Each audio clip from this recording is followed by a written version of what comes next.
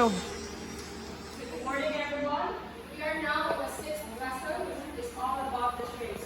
So today, we are going to talk about how shrimp can be made from minor fishery products up to the fishery required products. So I haven't noticed that Elmer is from the introduction, the last level inside difference about minor fishery products and non-fishery required products. So I included here their differences. So first is minor fishery products. So what are these? These are secondary products obtained from the fishing industry that are not the primary content of fish harvesting. So minor fishery products simply means that it can be obtained ikan sa kanang lapis nakuha from target species. So the hooks lang by catch lang sila. So these are small fishes that are not valuable in commercial fisheries. So what are these mga organisms? So mga tamban, bulinaw, and other small invertebrates like shrimps and others. So whereas the fishery byproducts, these are products made from the waste or leftover parts of aquatic organisms after the primary product has been processed. So from the word byproduct, which means secondary result. So it is a product na sali-sali o leftover sa primary product na imong gigamit. So perfect example sa byproduct is kung nagamak o fish fillet or nag-process tayo. So it is doon nga ang ulo o nagbukog, mga hasang or imbes is ilabog, di ba? So why not i-convert this to something very useful kaysa ilabay na lang. So, what is siya ang tawag sa byproduct?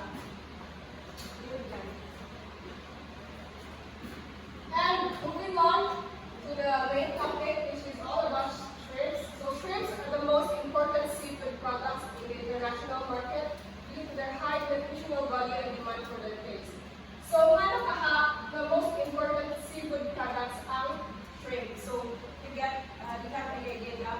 So, sa international, sa mga piscine, sa mga hotel, shrimp, mga prawns, mga kasagaran ng mga hotel. Yes. So, aside from that, shrimps are are most important seafood products in the international market due to this following reasons. So, first is their affordability. So, we know na mag-control sila, so pwede, isang kasa na ito na anytime sila makuha. And second is their versatility. So, isang pwede, isang pwede ano sila yung tawag, pwede ano sila snack, main course,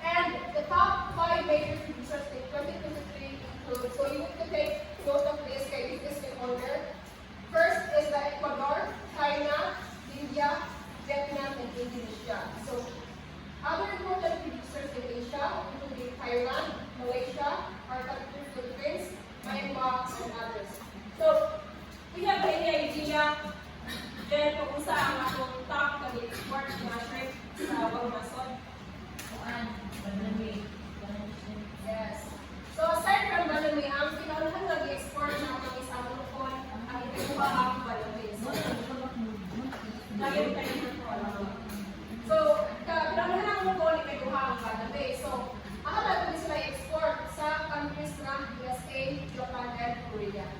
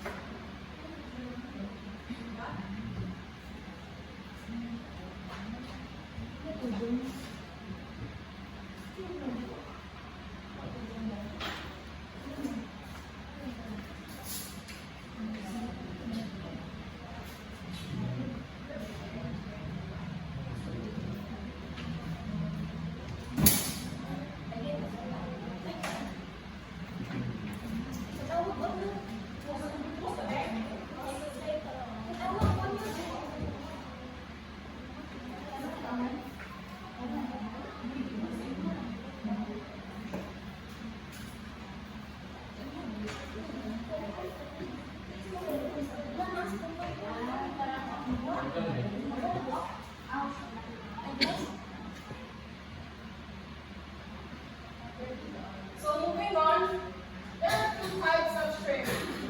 First one is the wild caught, and second is the farmed ones. So may created half.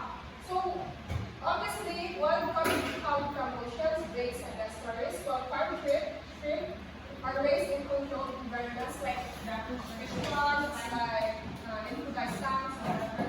And wild caught has higher levels of omega-3 fatty acids compared to the farmed shrimp. So ganun ka ha?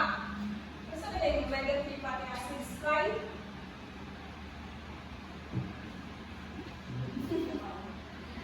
So omega-3 fatty acids, as we recap, isa is essential nutrient na makatapang sa pag-low sa blood pressure and risk factor of getting heart diseases. So, mas kanang higher levels of omega-3 fatty acids ang wild caught tungkol sa ilang diet. So, sa ilang diet sa wild caught is mainly algae and plankton. Whereas sa farmed shrimp, we know that as sa controlled environment, so atong gilagis, commercial feeds. So, supplementary na lang ang algae o plankton kung naaman. So, another differentiation is that more natural flavor ang wild caught kumpara sa farmed shrimp. So, ngano ka ha? It is mainly because of their diets at sa akong kainutin ha. And another thing is that kung ang shrimp is nasa wild, mas naasya ay ng potential na makadako pa kayo tungod kay mas daan ang iyang langoy-langoyan. And another thing is that lack of chemicals. So ang wild caught, dili siya butawan ng mga antibiotics compared sa farmed shrimp kay para ilikay sila sa diseases and tutumod ko kanang sa case sa farmed shrimp. So dapat tutumod na sila ng antibiotics. And another thing is that mas cheaper ang farmed shrimp. Ano ka? Kay we know na consider to sila sa many time and it also involves lower labor and operational cost. Kaya hindi ka magkinahanglan na kung para sa kayo mo gusto ka fuel equipment para makuha ng process of fish. So I have here a differentiation about shrimp and prawns. So before this, nag-expect ba mo nga ang shrimp o prawns palikana? Yes. Same meaning. So, ang shrimp and prawns, they are used interchangeably, but they differ scientifically because they came from different branches of crustacean family. So, this is an overview of how shrimp and prawns differ with each other. So, shrimp is mostly found in salt water, while prawns is mostly found in fresh water, and shrimp is smaller compared to the prawns. So, ang prawns is bigger, and part of suborder Plesiosaemata, the shrimp, and ang prawns is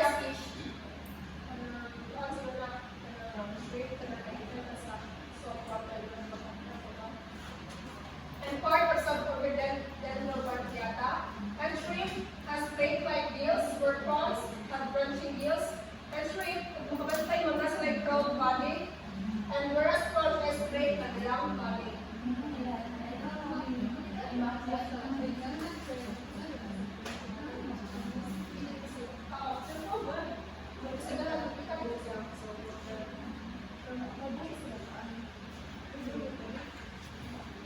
So these are the common species used in Philippine industries. First, sa mga lukon. Giant tiger shrimp or sugpo are what we known as lukon.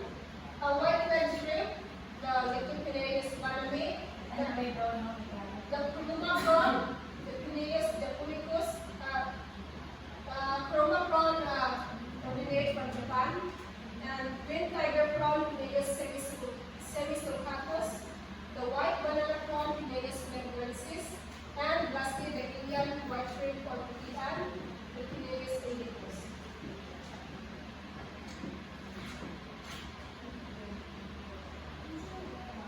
So these are the primary shrimp products na ating ma-obtain out from shrimp. So of course, whole shrimp, it can be fresh, frozen, or cooked to whatever you're liking, and peeled and deveined shrimp. So isa na deveined, paano? Okay. So a quick fun fact, kami tinangay natin sa digestive tract na siya sa shrimp. So it is where the last meal is located. And kami po it involves their waste materials referred to as poop. Okay. So basically this brain is the intestine of the shrimp. So lang. Okay. So hindi mag-uwag kayo makapulog na sila. Another thing is pwede mo canned and dried shrimp. So dried shrimp is a famous snack in Hawaii. Powdered shrimp. So powdered shrimp is used to enhance flavors to achieve the umami taste. Kasi na umami taste. Umami is also known as monosodium glutamate. So instead of monosodium glutamate, mixin.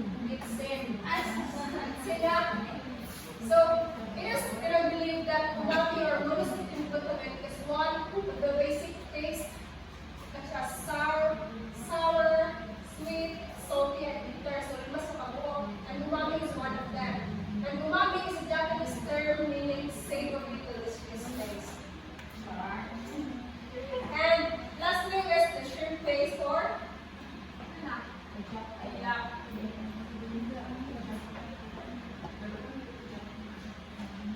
and these are the minor shrimp products and byproducts na atong ma-obtain out from shrimp platform. So animal feed. So animal feed is not only limited to aquaculture, but can be used also to poultry like pag-meat ng manok and livestock to pag-meat ng baboy. And calcium supplements out from shrimp shell and the planet. So one of it is good as calcium supplements because we know that the shell can do sila good for bones. So when ang shrimp shell is good for calcium supplements. Tulad kay ang ilang shell is made out of calcium carbonate. Very good. And shrimp can also be used in collagen cosmetics. And shrimp shells for chicken and chicosam production. So chicken is a natural biopolymer that can be obtained from the exoskeleton of the crustaceans like the shrimp. And chicosam is a product obtained from chicken through a process called deacetylation. And shrimp heads that can be converted into shrimp meal and oil extract. Shrimp oil that is rich in omega-3 and astaxanthin. So astaxanthin is an antioxidant that can be obtained from shrimp. And shrimp waste that can be used as organic fertilizer in agriculture. That will be all. And I have an activity and prepared for you. So we need to divide the class into two groups.